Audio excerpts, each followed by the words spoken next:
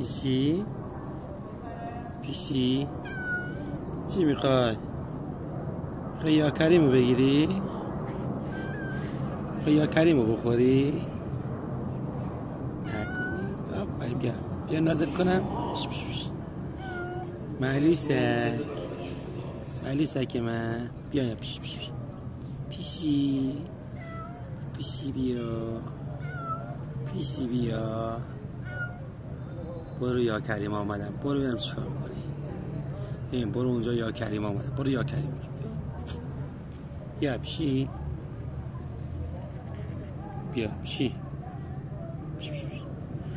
یا کریم آمدم. برو بگی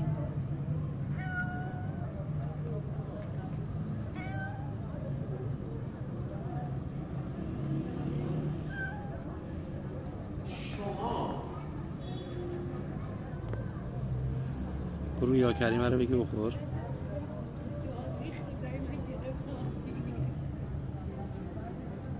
اینجا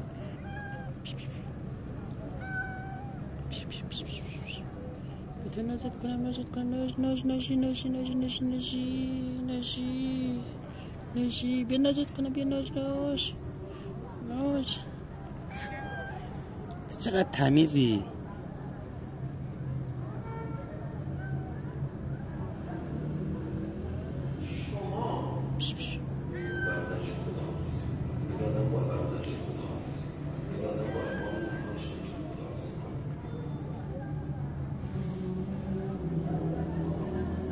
حضرت زینب به دنیا آمدنش همه خاندان نبوت رو به شدت خوشحال کرد.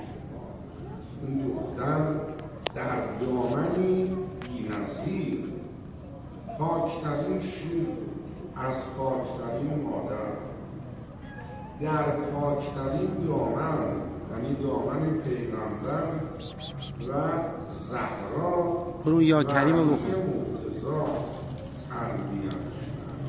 وقتی به دنیا آمد برای اینکه